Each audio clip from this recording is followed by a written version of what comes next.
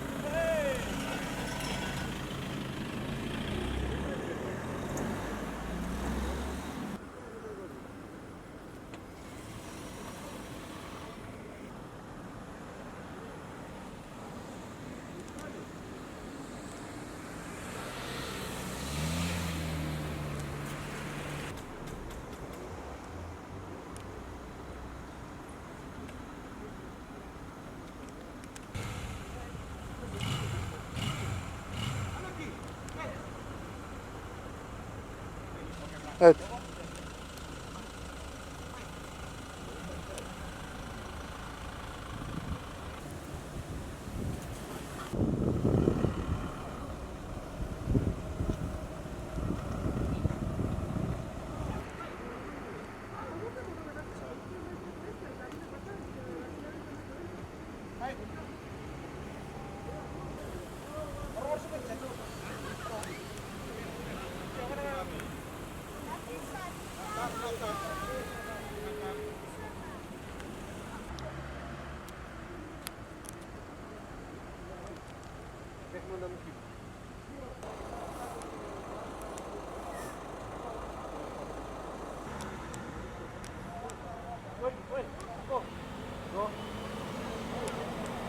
Ricky.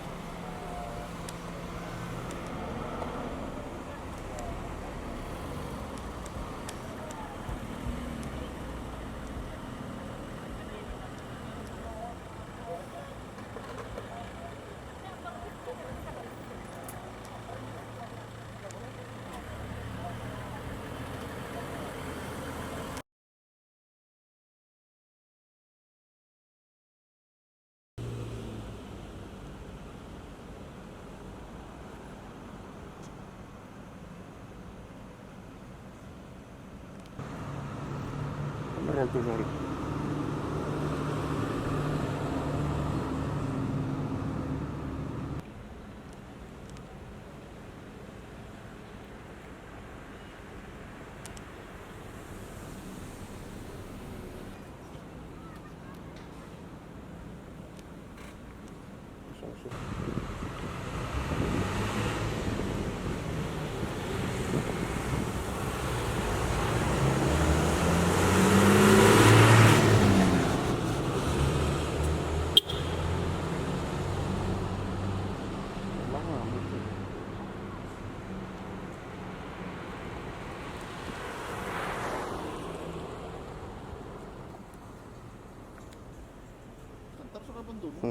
Kan kira mau coba.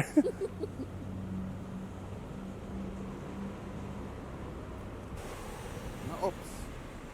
Tulna atas Andi. Lanjut. Melvin. Ani. Aja? Oh.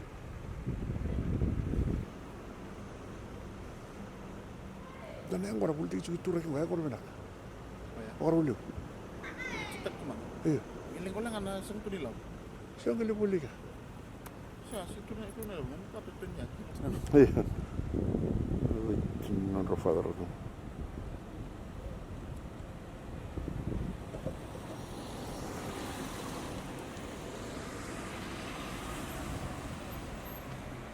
Berfatron.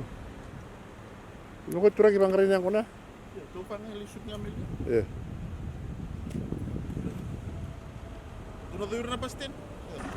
Ini tahu kan?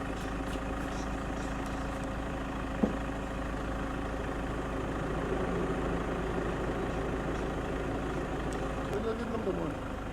Balik. Mana?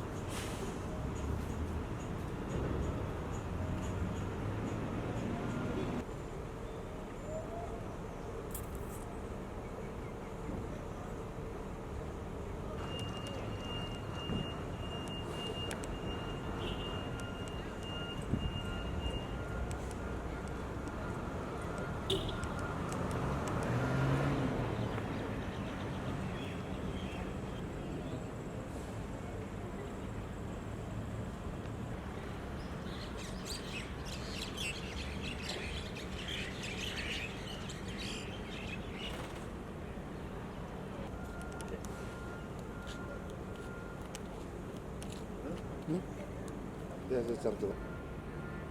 Coronavirus. Sangkita betul rentan betul kita tahu.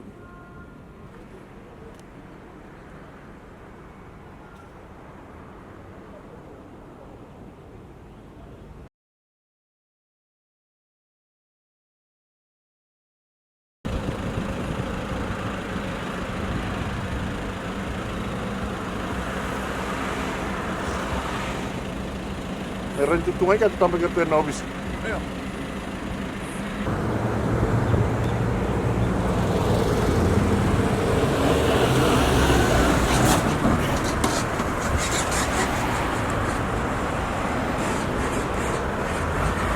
Belum ya? Tahu top step.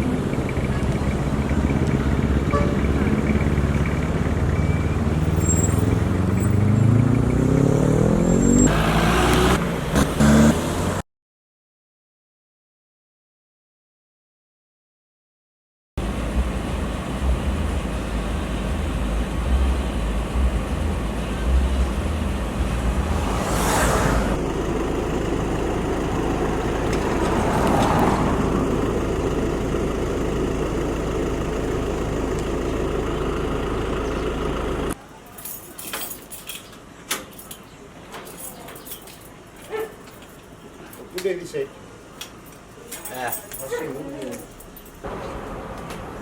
came on the Ministry of Health and the COVID-19 screening. We just came around to get all the family members' name. Okay.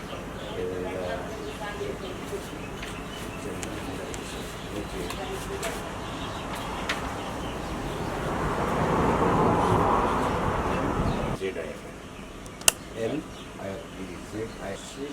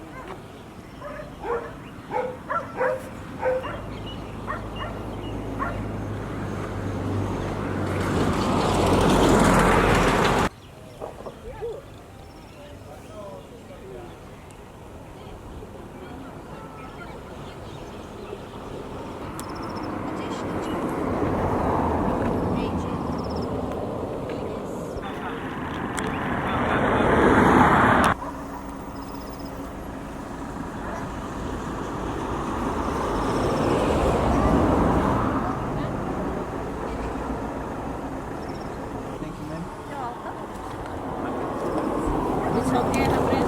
I mean, temperature is Yeah, normal, eh? that's normal. It's above 37 then. 7 or 8 above. Oh. 35, 36, that's normal.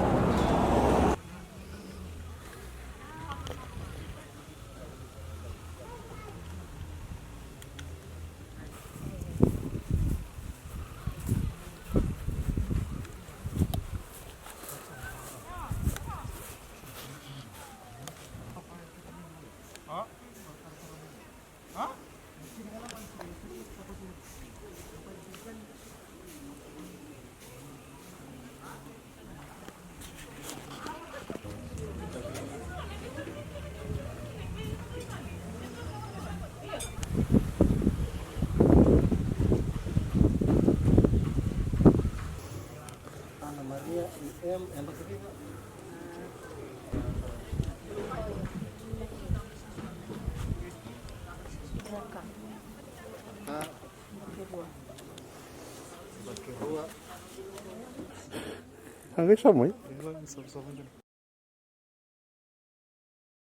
Just on the issue that we are here to share with you this morning, this pandemic, coronavirus, COVID-19. From the outset, right from the beginning, all the preventive measures that have been put into place and implemented by government, the Ministry of Health. Can you just take us through this crisis that we are currently facing in our country? Yes, when the news came around about November, December, in China and other places, we thought that it was so far away, and but the talk was that it can come here, yeah. So I think every government was warned because of what would take place and the repercussions if we do not adhere to the rules and ways of doing things during those times. Yes, Fiji, when it first came, we were aware of it, and we are grateful that it did not come that early to us. It came around about March for those from overseas, and as it progressed, we realized how difficult it was, and government, of course, came on to put forward ways and means of helping us, in our attempt to secure Fiji and secure our own relatives and families because of the crisis. Because at the same time we were hearing other places in the world of what was going on, and the number of deaths and the number of cases that were positive. As I have stated before in one of our talks, my family was very involved because my wife was then in the States, and they were locked up there. The due date of their coming was, part of the preparation of government was for self-isolation.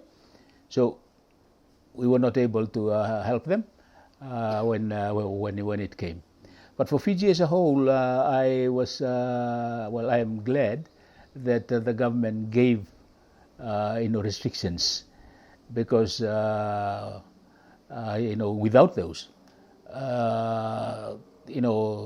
knowing the Fijian community, we always want to socialize. We always want to get together, even when the law does not allow us. We continue to do that, and to the difficult effect of those on nobody else but our own people. If we are not careful, following the government rules that have been implemented, then we will suffer. That's one of the main areas, and I'm glad that the Ministry of Health was quite persistent in moving this on, and these people who were following up on others, they came, and grateful that also when the 14 days of self-isolation was ended, in our case, they came here, and they thought that I was the one that was supposed to, but I told them, no, not me, it's my wife who is away in Cunningham. So they went straight there and conducted their, but a job well done. They did the testing, and of course after a few days they came with a letter saying that she is free, but not to do this and do that. So that's how we have experienced, or that I have experienced. And secondly, quite sadly, the number of those breaking, I was listening to BBC on this last Monday, and one of the news, the main news item was, what was happening in Fiji, the breaking of the taboos and the rules set upon us because we were not adhering to it. And for Fiji to be, to come from BBC, and it was a little bit difficult. And we are not helping the whole world's situation, and of course our own situation. Turangani Taltal, with the drastic measures taken by government, the implementation of lockdown, the first one in Lautoka, then now in Suva, curfew hours brought upon us, and then the stop on social gathering and places where people get together in masses, like your church. You as a leader from your church, how was this received by your congregation, by members of your church? Yes, on the announcement on the Thursday of that announcement, when the Prime Minister gave what were we to do, so I rang my other colleagues and I told them, because I was not here. I was away in Deumba in a meeting. So I came back and we had a meeting. Said, what should we do? So we talked and we discussed on what were the possible things that we can do, allowed for by the restrictions that were given. At that time, the 20 or more people was not allowed. The 20 below were allowed. So it was good that time that we were able to meet. All the Taltalas and our Turara Levus, we met together and we talked about what would be our strategy. Having done that, we made an appointment to our president, and we went to just to share with him what we thought should be done in our preparation for upcoming events according to the church's calendar. We've gone past Easter and the Children's Sundays and all those, coming up is our annual meeting. So all these were part and parcel of what we took to President, and we talked about it with him, and we shared our views, and we said, well, we'll leave it to you, whatever decisions that you will make. So that will be for Fiji. But for us at NWLevel, we will continue to do our own things. Yeah. Taltala, with you as the president of the Fiji Council of Churches, was there a message sent out to the members of the council as to reiterate what the Prime Minister had said about the closing of worship places, of churches in the country? Yeah, that was my very first message on that Thursday evening, because we were meeting as Fiji Council of Churches in Deumba, and myself and the Archbishop of the Catholic Church, I gave it in Fijian and he gave one in English, to help our churches to know where we are, and of course the restrictions that were there. So we just told them, because we cannot really give an overall or a blanket, because churches are different in their own ways, and so we'll leave it to your decisions, whatever you see right, but be aware that the repercussions of turning wrong foot will have on us if we do not adhere to whatever has been given, and we were pleased that the churches received that and accepted it, and later on they gave out their own ways of dealing with the situation. For us here at NWLevel, we talked again after our visit to the president, and we said, this is how we will do things. Churches, or church bells, church lallies will continue to beat. Whenever the normal beating times and all those, and prayers, because here at NWLevel, the church will the church bells ring or beaten up 5 o'clock in the morning, 12 o'clock midday, and 7 o'clock in the evening. So that's a daily routine for calling to prayer, and even the schools were given those times, because the school was still on then at NWLevel, so we were adhering to that.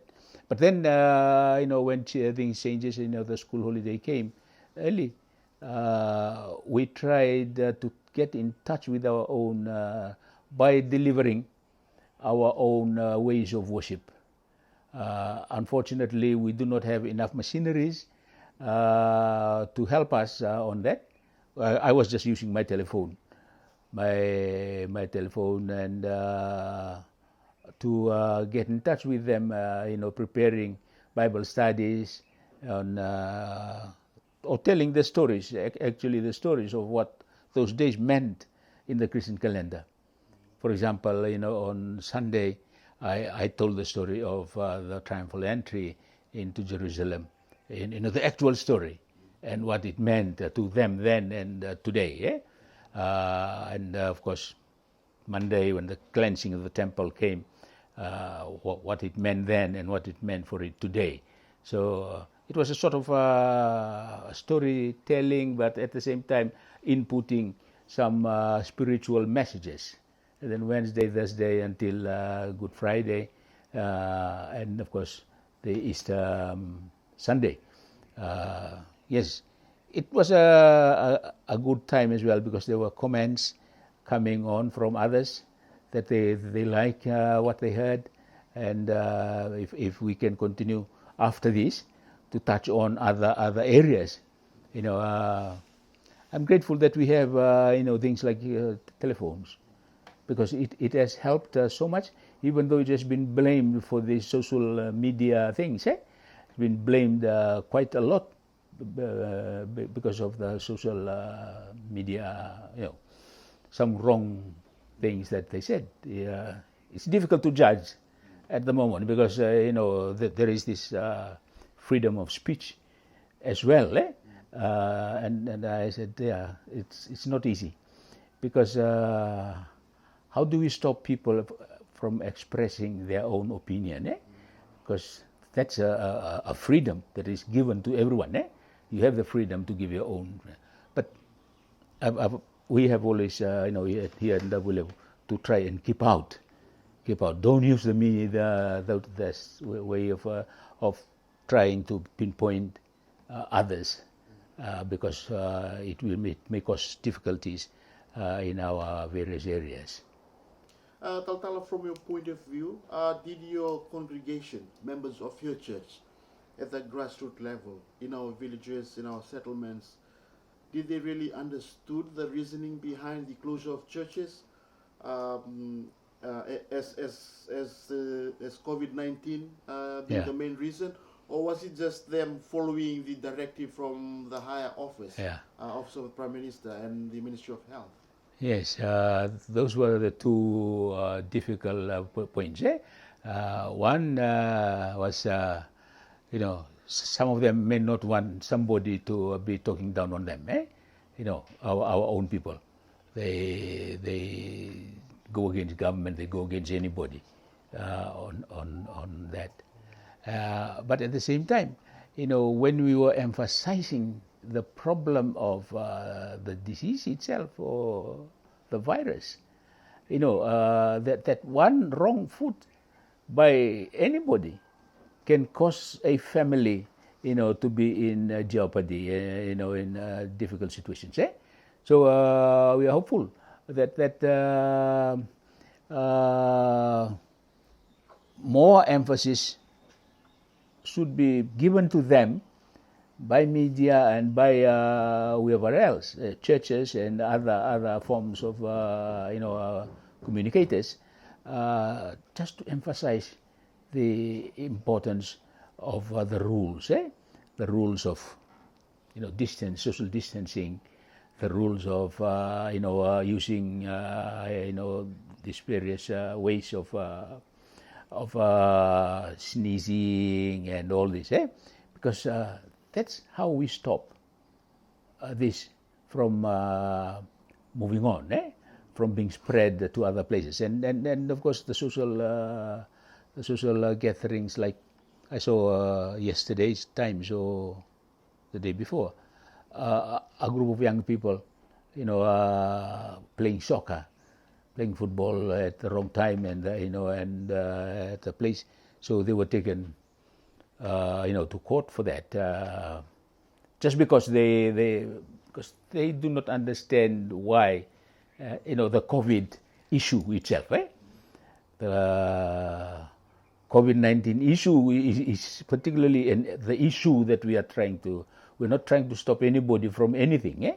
I mean, the government, the church, that is not our position, but the spread of COVID-19, because we have seen, how those that have, tried to come out of it, not to follow You have seen how they suffer. The number of cases in the US, in Italy, in Spain, in China, and other places. We've seen how they have suffered. And here in Fiji, I heard the Minister of Health saying, because of Fiji's main killer is, the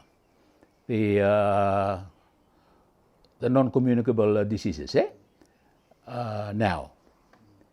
And if COVID-19 comes our way, then more and more people, if you are not careful about adhering to what has been shared, then there'll be less death overseas, because there are many of us around, many who suffer from diabetics and others, because there are more of us than them abroad.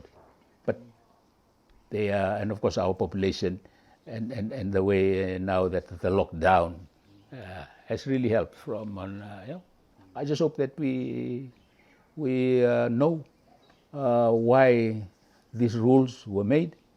All rules are made for our own good, the common good, the good of all. No rules is made to stop anybody from doing anything, or doing something that is not good to them. But it's for the general good. The issue of common good is at play here. It's the good of everybody. If we are the type of people that does not or do not think of others, then it's sad to see that in Fiji, because we live in a community that we want to build up, loving community, sharing with everybody, trying to stop this COVID from at least, I shared it the last time, at least that no one's life shall be taken away. Talatala, speaking of that, with all the directives given by government on almost on a daily basis, all these directives were simply given in plain English by either the Prime Minister, the Minister of Health, Police Commissioner, and the health personnel. Did the church ensure these directives trickle down to our non-English speakers on our village level and settlement level? How did the church go about on doing this? Yeah, I don't know about the village level of village, because here in Suva, the village level may be the squatters, the squatter settlements, and we have some here in our own division at the level. Yes, we have been trying to do it in the vernacular. Yeah, I was wondering of that because when things were going out, where is our vernacular? Because of such a situation or such a difficult disease, I think our way of transmitting English is okay, but to some, and not to everybody. But if we have some good translations, just to tell them directly, this is what we are talking about. Yeah, it's for the whole good of a village, of a Noah, and it's not for the government's own benefit and for anybody else's. It's for the individuals. And from your honest point of view, Talatala, was there enough done by government on those directives to be translated into vernacular, to our language, for our people?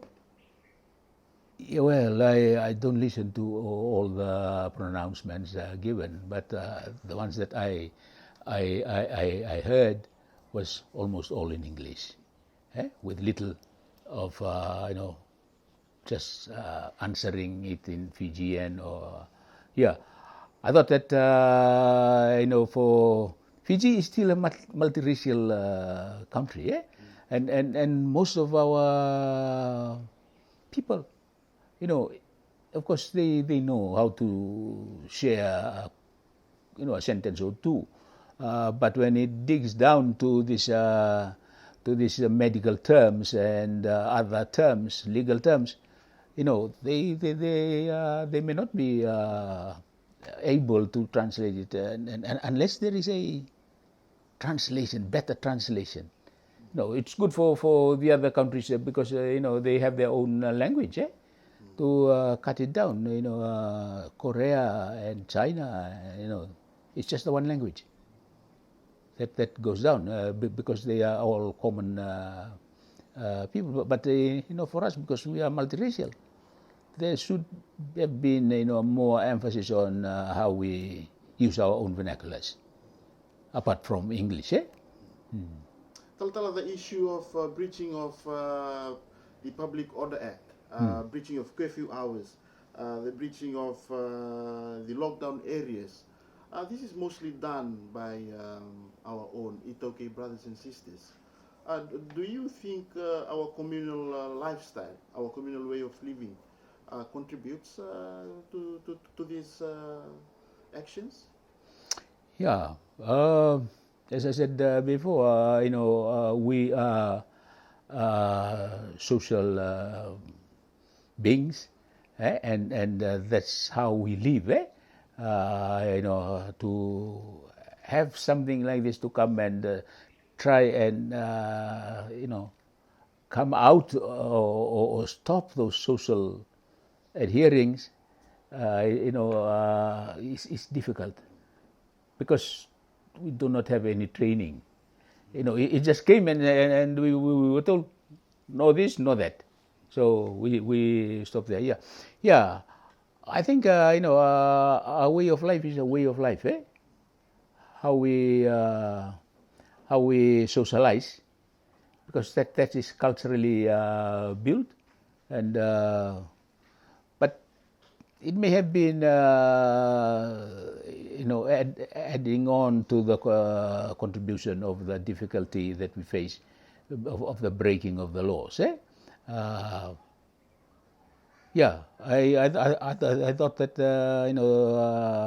our own people, the Turanicoros, should have been awakened for the Turanicoros, to deal with these things, just to get a village together. But of course, there was no meeting. Not supposed to be any quorum meeting or at least a committee or something like that, just to tell them, our way of life is such. And and the other things that I've been hearing, there were people that were taken from their homes who were just sitting there in their porch and having a bowl of yangona. This is a story of a family, and they were taken. They were taken down, and because they were having after 8, and I don't know about the 8 o'clock time, whether that was too early. Our own lifestyle, maybe 9 o'clock would have been better. 10 o'clock was the time before, and of course 10 we were pushed down to 8. Whether the 8 o'clock time was, because our knowledge of time or our value of time is always difficult. 1 hour, we meet here tomorrow at 9, that will be 10, or something like that. That's how people are brought up, and if there was some sort of a way of just engaging that, because personally, I thought 8 o'clock was too early. And of course, there were all these other stoppages on the road. The police checking on the vehicles and all those. When you are rushing from doing things, and you come down and find the queues, it's not easy to juggle your time and all that goes with it. Turai Tautala, maybe just lastly, all these drastic measures taken by government, all these implemented preventive rules and measures we've spoken about, are they enough? Were they enough, in fact, to stop the spread of coronavirus in the country in the past few months? Yeah, I mean, our situation, we have these funds problem, the funding. I don't know whether we could have at the same time some sort of checking system going on at the same time. Because I was tempted to ask, those that came, wrongly to me, because of my wife. I said, so you're going to, yes. Is there a way of us, getting tested? Because, you are here now with your whatever. You can test me, and no. Our roles is to test all those who came through the flights. Okay, so will it be coming? Yeah, it may come. Testing. Testing. If testing was going at the same time, it's good that it's going on now. In various places, and they've been entering into homes and villages, and that's good. But I don't know whether testing, if it started with it, just to help us to understand what was going on. Yeah. So that's how I see, that issue. Finally, maybe let me just say, I just want to say thanks to government in all its attempt, and to the media in all its attempt also to try and give out the best way forward for us. I think the crucial fact that we have talked about is that we were stuck with, are we following government's order, or are we trying to stop COVID? Because not everybody is good with any government. Whenever this government or that government gives something, some of us say, oh no, it's been another ploy again, or something like that. But that thing should be cleared out right from the beginning. This is a matter of life and death. It's not about. Mawali ko tok. Kaya.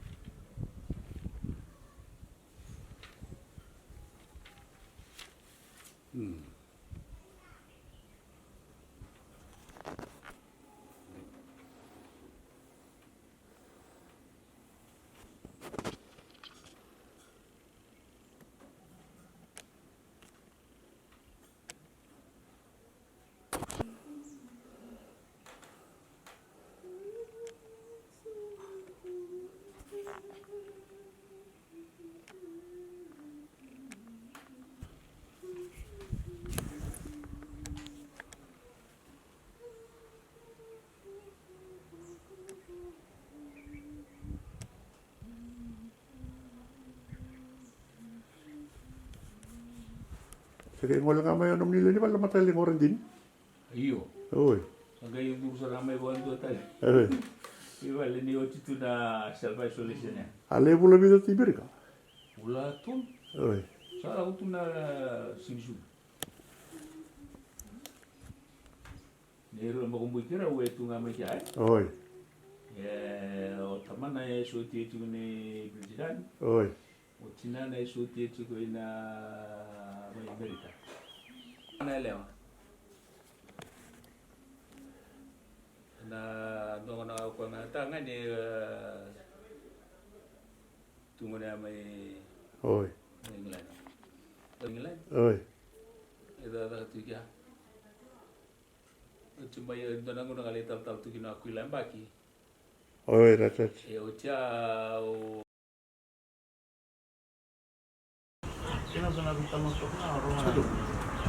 So thank you very much for your time this afternoon. This is something you have your name, hopefully. My name is Marlon Rabeti. I'm from Kadabu. I'm also with the Regent National University. I have kids. I'm also I'm the only one with the kids. Their mom is in the overseas. Mr. Lomaviti, this afternoon the team from the Ministry of Health and the RFMF working together under this COVID-19 coming to your place. Just tell us about their visit here to your family. Yes, I've been expecting this, and I've seen that it was announcement, it was in the media that they will be coming around and visiting us, and I believe it's a right time. They should come and visit us because this pandemic issue has been affecting the country. The family are also aware. I think it's a good thing to do so that we all make sure that it doesn't affect the whole family. Even the restrictions of the movement, people are being isolated in their own residence, which is a good thing. Yes.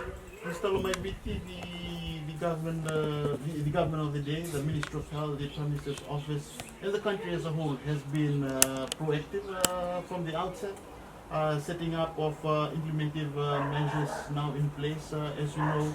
And then we have the lockdown, now the curfew hours, the fever clinics that have been set up in specific areas. Now lastly, the teams coming to individuals inside their homes. Do you think enough has been done for us in Fiji? Yes, it's enough, and also I think from the beginning of the lockdown, especially in Sulu, until today, because this is after 2 weeks. It's a good time, and now we have seen that there's some other issues are coming up from other countries, especially in China. There's been reactivations of the people has been still having the virus with them, and I think this is the best time for them to come and visit individuals to make sure before we lifted up the lockdown, at least to make sure that everybody is safe going back to their own workplaces. And then kids are going back to schools, but you know, anything can happen. You yourself from an academic institution where students and the mess congregate on every day, do you think that was the right choice, the right step taken to close down mass gatherings, social gatherings, schools across the nation? Yes. It's definitely the right decision for the government to make sure that everybody stay safe. If you look at from the medical perspective, this is the control measures to stop the spread of the pandemics of the COVID-19, to isolate people in their own residence. Because if they congregate or maybe they move into gathering, it will be spread very quickly. And I'm really so happy that the government has mentioned this. I was in Lotoka the week before, one day before the lockdown, and when we came to Sulu after the week after that, and I didn't surprise that it will happen. But there were so many issues as was going around in the media and social medias. People are still complaining about the border control. I believe the best issue is people to stay home instead of giving other people to go and do their normal thing. I'm so so happy that the government have made a decision to make sure that no one moves. Maybe just lastly, Mr. Lamay, we still scores of people getting apprehended and arrested every night from breaking the curfew hours and breaching the COVID-19 directives in place. Maybe just your take on that. Yes, to me, because the government has mentioned, has put up a measure that people should not be moving around. I'm not really sure. It's a typical thing that Fijian always do the opposite. Even if we see during the hurricane season, when the NDMO, the what's called this DISMAC, they always give a warning that no one should be going out. But you still see some people are still going around doing their normal things. And I'm not surprised when these people are being breaching the curfew hours. They're taken to task, which is good. They should learn for what they're doing. They're not supposed to be going in the night. If you look at the days of the strictness, people are still going out doing their normal things, gathering. I'm not really sure whether they do understand what's a curfew. Curfew means you have to stay. But if you want to drink water, I'm not really sure whether it's the government. I'm sure somebody was putting up in the social media. Now, it's approved that you can have a grog session in your own place with anybody in the family, apart from someone coming from outside. But yes, my only advice to the public is, if you are being told to stay home, stay home. That's the best remedy for this COVID-19. You have to stay home. Otherwise, you should still keep on spreading this sickness. Any other thing you'd like to add, sir? Yes, I believe that from next week, probably this week, on Friday, there will be a lifting on this lockdown. But I'm still not 100% sure, because there could be some other cases about from next week. We'll see. If anything comes up again, then definitely the government should make sure you put another lockdown again, probably another 1 week. Mr. Lamay, thank you very much for your time. You're most welcome. No worries. Levo. Akan di WHO. Sangat itu lebih so. Orang mengenal WHO. Na state juga ya, di sini pada monra itu cukup di sampai di Sultan Province. Kursus itu pada kuasa. Santo ang bos apa di Bristol bisa sana perto. Yo sana dikilay na ba ba. Yo Santo wa binibang mananga yo berkali bisa na sana balik bisa na na solis. Wala na control betet do nakabir na mo ni public health. Na solis. At yung dum.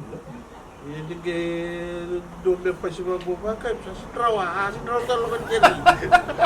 Anjir sarap. Kanto kami kira sa kanto kaki.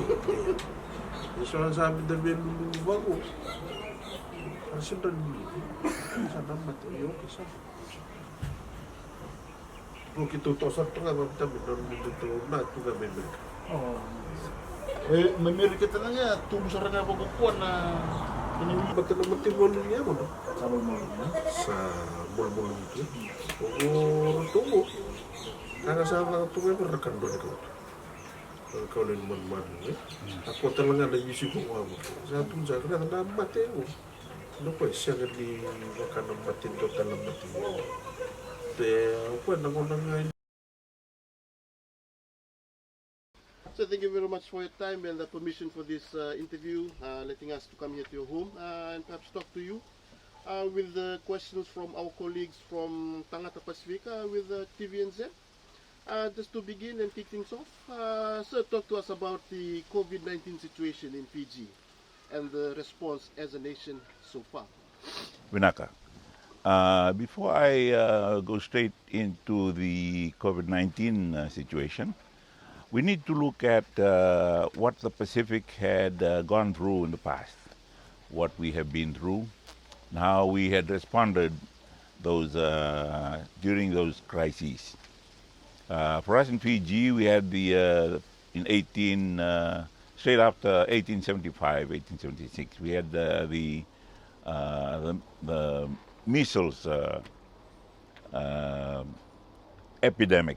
Call it epidemic because it was a national issue or colonial issue. And at that time, our natural immunity was not developed to an extent that we could, that our forefathers could withstand the onslaught of a virus.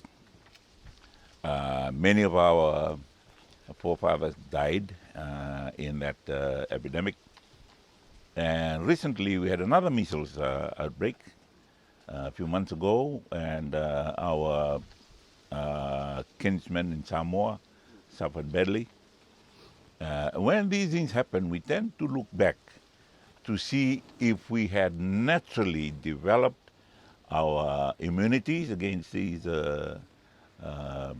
infections, or whether we had been vaccinated so that we could, by medicine, be able to counter the biological effects of these viruses.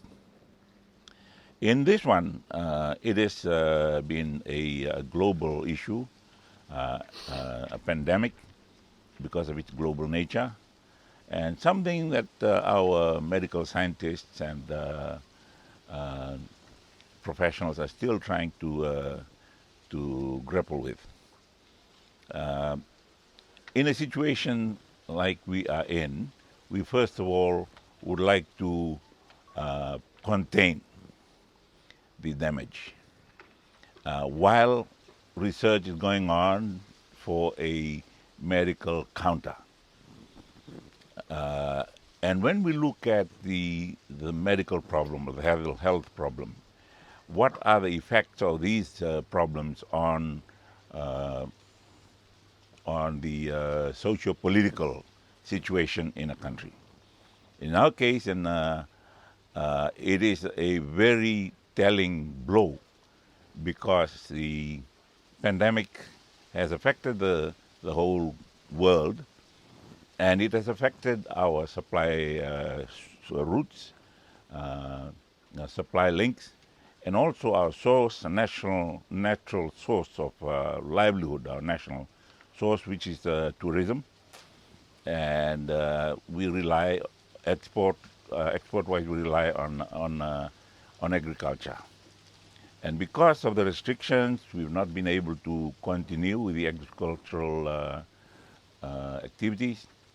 So our export, because of our limitations on some work areas, we may be affected in our export output before the export, our national output.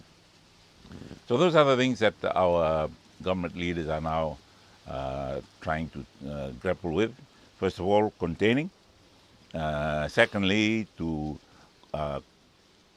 also soften the national economic impact of the pandemic. And also, at the moment, they should really be looking at what next. What do we do after? Do we go back and rely on these things that can easily be interdicted by another outbreak, another pandemic, something in the future? Or do we need to be looking at other options, whether we are not totally dependent on the export and import supply routes, whether we can weather the impact on our economy by going national and regional more than just looking at the international trade option. Those are some of the very basic things that come to mind when you're in national leadership. What do you do in a situation like this? What is your immediate mission? What is your long-term mission? What do you do to prevent having the same impact if such an endemic situation comes up again? So, with the position as the former Prime Minister and leader of opposition, at the moment, is enough currently done in the fight against coronavirus in our country? To contain and try and lessen the spread, we have done enough, but perhaps we started too late. The very issue of the first case being one that was contracted while on duty, while some other countries at that time had put restrictions on international travel. It was not something that came up in Fiji. Therefore, it would have been easier if we had contained it, isolate Fiji from the source areas. And at that time, it had spread to certain parts of the world. Those parts of the world were in direct air links with Fiji. And what easier way to import the problem than to bring it in by traveling population. But we've gone beyond that. We've tried to contain it. Some people have been they feel they've been unfairly punished, restricted, but it is a necessity. These things have to be done. When we're in a situation such as this, people will have to be prepared to forego some of the rights and the enjoyments of normal times. So I believe the government is doing well. They could have solicited the support of the opposition in Parliament for us to put our heads together and come up with. It would probably be the same, but it will be a national cooperative effort to find a solution to containment and also to work out what after. So, speaking of that, with COVID-19 restrictions, lockdown that we've seen in the two major cities in the past few weeks, preventive measures implemented, some still defy these restrictions in place. Just your take on that?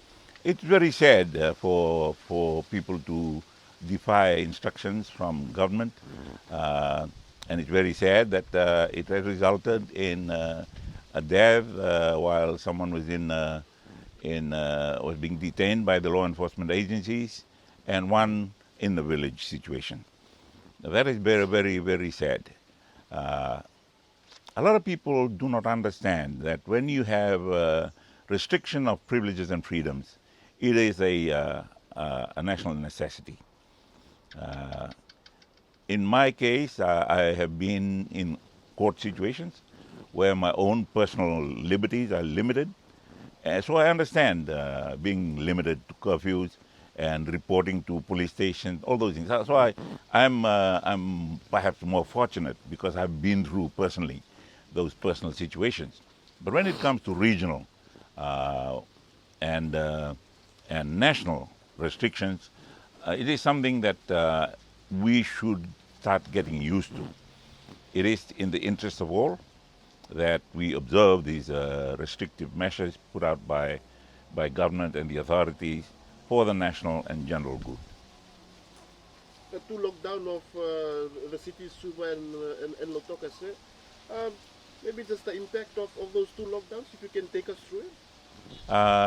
There would have been the need. They would have identified the need for the lockdown of those cities, and it's a very good thing for us to have gone through, because now we know if we have another lockdown, we have been the sugar industry, for example.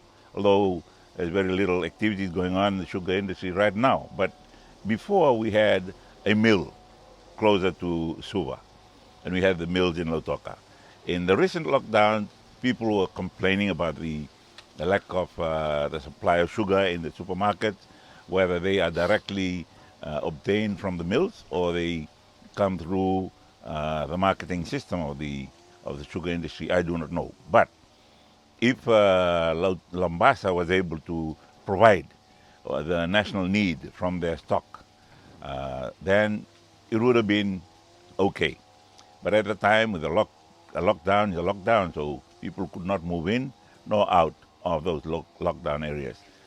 It is also a very good experience for the local communities.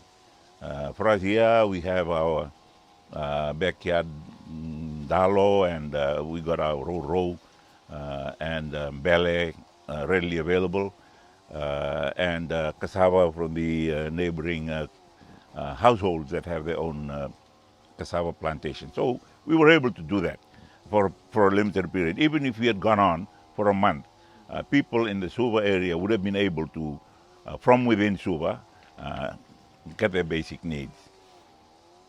So but now that we have gone through that, people have to be better prepared for the hopefully we don't, but if we should go through the same situation, I'm hoping that people will have learned from this and be better prepared should we get into a similar situation. On just filling the time, I'm just showing you the chairs that I reconditioned and brought back from being part of the furniture dump in the house, and now they're very usable and presentable. So there are a lot of things that we can do. I saw a bit about coping with stress. I would have accepted that those on the front line of the work would have been more stressed out than those of us who were confined to the homes, because there's always a lot to do at home. And I was never put in that situation. We all enjoyed the time we were locked down or locked in, and we put to good use whatever time we had. And we have not lost much. If we lost anything, I've lost weight, because I've just gone and adapted my food intake according to the market availability of what I get from the market. So it's net good for all. So moving on, our number one earner, the tourism industry, has received a really big blow with this COVID-19 situation. What does that mean for Fiji? It is it is a bad blow, but it's also a good lesson for us. If we are to survive similar impacts in the future, then we must learn not to have all our eggs in one basket. And we have been too reliant perhaps on tourism, and Fiji is blessed with our the climate and our global position and the global transportation network. We should be more reliant on a broader source of revenue to support our economy in the future, and not put everything on tourism. You have a health issue, tourism is affected. You have a transport issue, we have a tourism problem. You have a fuel crisis, you feel it in the tourism industry. So perhaps we should have more baskets for our eggs. All right. Maybe just lastly, sir, the Prime Minister has spoken, the Minister has spoken, also the Police Commissioner has spoken. Still people are getting caught. Last night more than 50, the night before more than 100. Maybe just a message to our people who still defy these instructions from authority. I would like to call on all. Last week I put on, 2 weeks ago, I put on instruction to the party leaders in the various constituencies. We still work according to constituencies, and I asked them to ensure that the word goes out to everyone. Please observe the regulations put out by government. They are not for the government benefit. They are for the benefit of the people.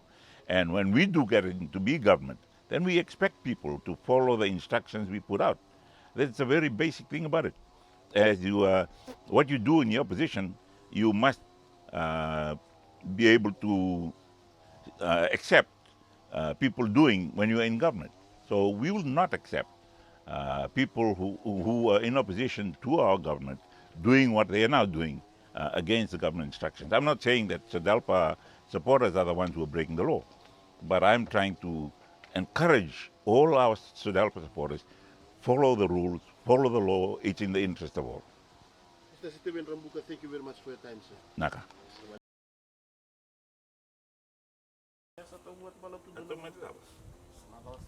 He was in for a long time.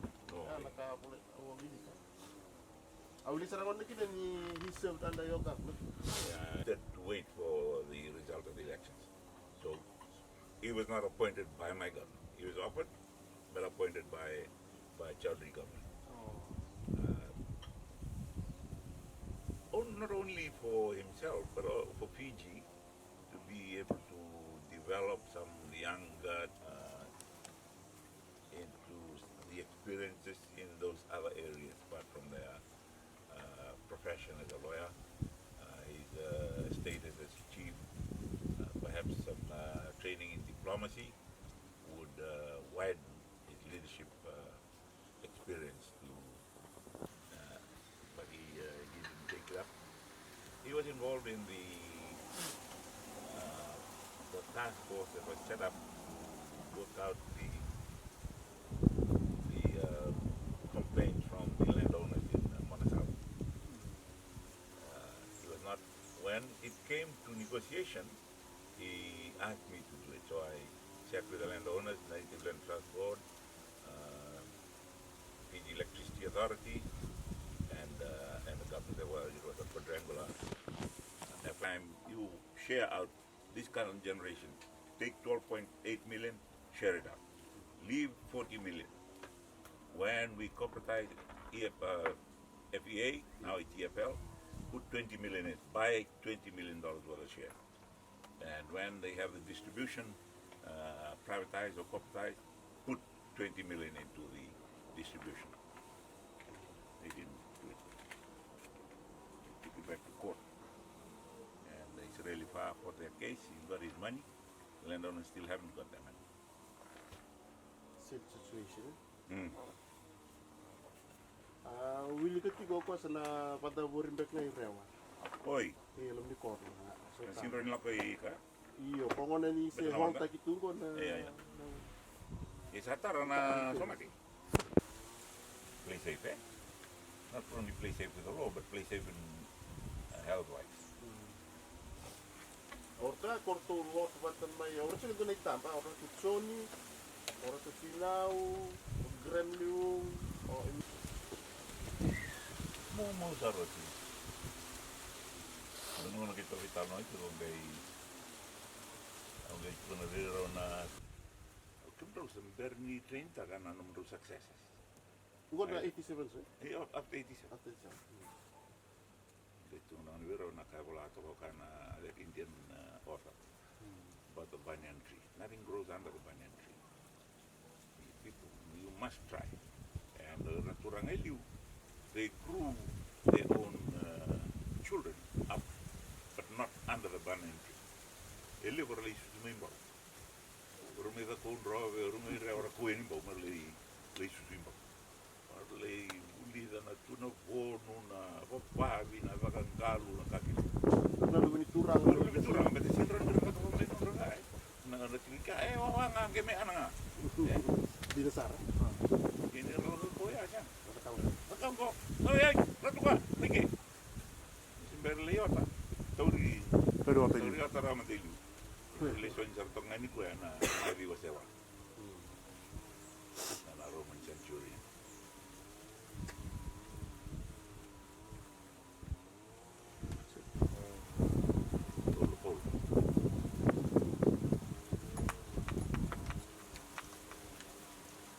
Kasi Go leda pun bombo turang ni waibo rewa. Sana ligo dal laten ko na. Tapi kalau tu perkara meniti VNZ, kau nak tangga ta Pasifika, Quando on mikinir na perkara mo na matin sukan. To bulan-bulan na mer to akhirnya memento na mentu kani COVID-19 response.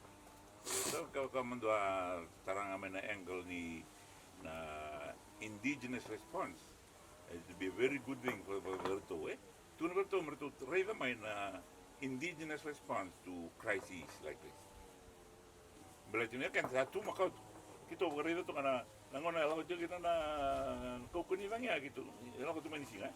Berita tu kana tambah Newton. Angge umat pula tu nak kulu tu no. Ya itu kana saya betul hotel ako menambah ke tu kote. Na kendo non do bang takan ndu. Me bulu nakakani. Ranga ma ngoko sa ko mai sang ko kame storage. Maru itu kita tahu na uto na. Mana mai ker tu min kamero tu na ya. Mai kere na cyclone relief. Sampai.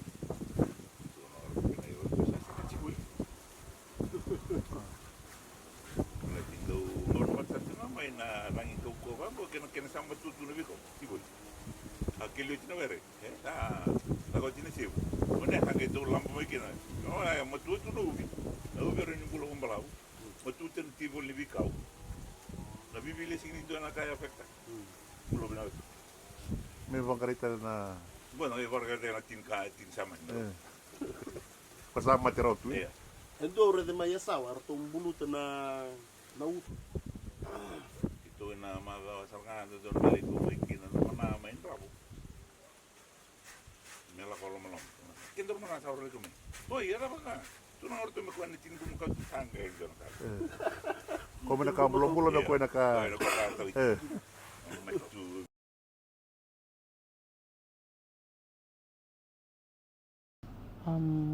Since COVID-19 hit Fiji and after we confirmed our first case, obviously we've had to keep the kids at home. I have a son who's enrolled as a boarder at Marist Brothers High School. He's had to come home. I also have a Papua New Guinean boy who's also a boarder at Marist Brothers High School, who's had to come home and are home now with my other kids. I think one of the biggest ways this COVID-19 has affected us is the way it has disrupted the plans that we've had for the first term of the school year. There was a lot of investment into my son, who's an athlete, changing his diet, investment in training, making sure he's out there doing training, making sure that he's part of training, preparations for the Coca-Cola Games. That's one of the family events that the disease has thrown up in the air. The other thing is disruptions to, of course, just their normal lives, what they usually do on a Saturday. If they go out and do their own things, going to a movie, or for my son Victor, going training, all that has had to stop. One of the biggest issues I deal with now is trying to keep the kids interested at home, or keep them from being bored. Immediately when I ask how they are, one of the most common answer is, I'm bored, I want to go back to school. I miss training. This has spoiled the plans for the year, training for athletics and of course maybe eventually training for rugby. So the way we conduct our lives on a Sunday, it's usually an activity, because I work a lot, it's usually an activity their grandmother we live with, that they do together, as my mother with my children every Sunday. That has of course changed.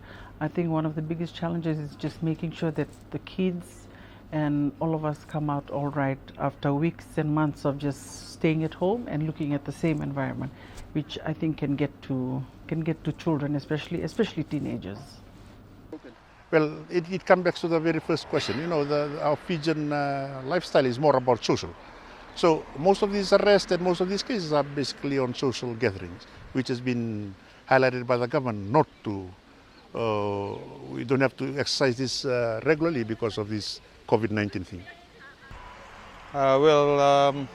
COVID has really impacted my family in a way that we can't get together. As Fijians, we like to get together, and this COVID-19 has restricted us from social gatherings and get-togethers, such as funerals and just a bowl of grog, and that has stopped us from gathering with family and friends.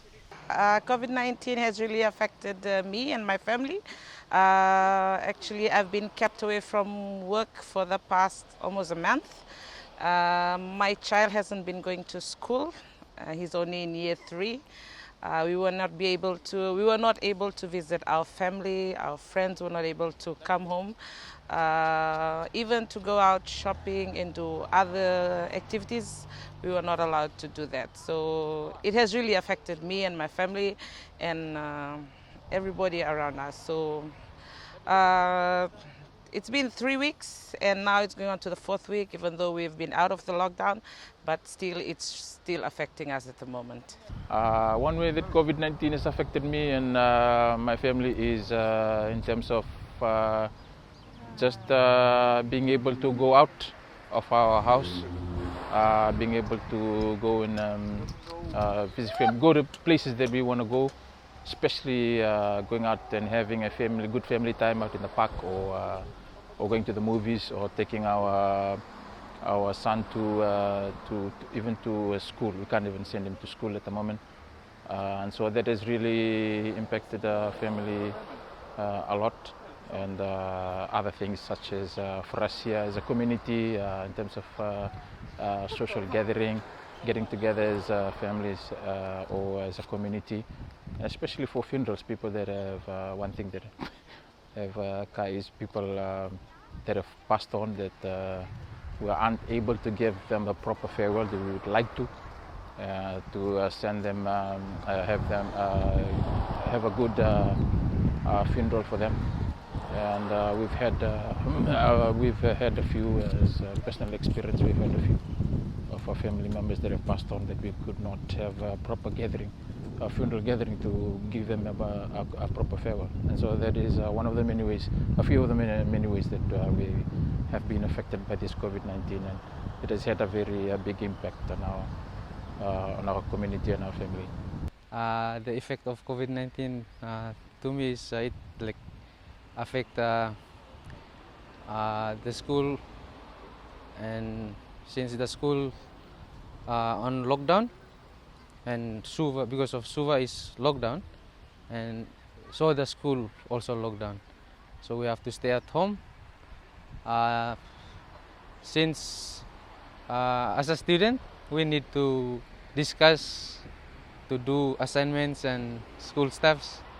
But since there is no social gathering, it affects my school in terms of doing some school works, assignment.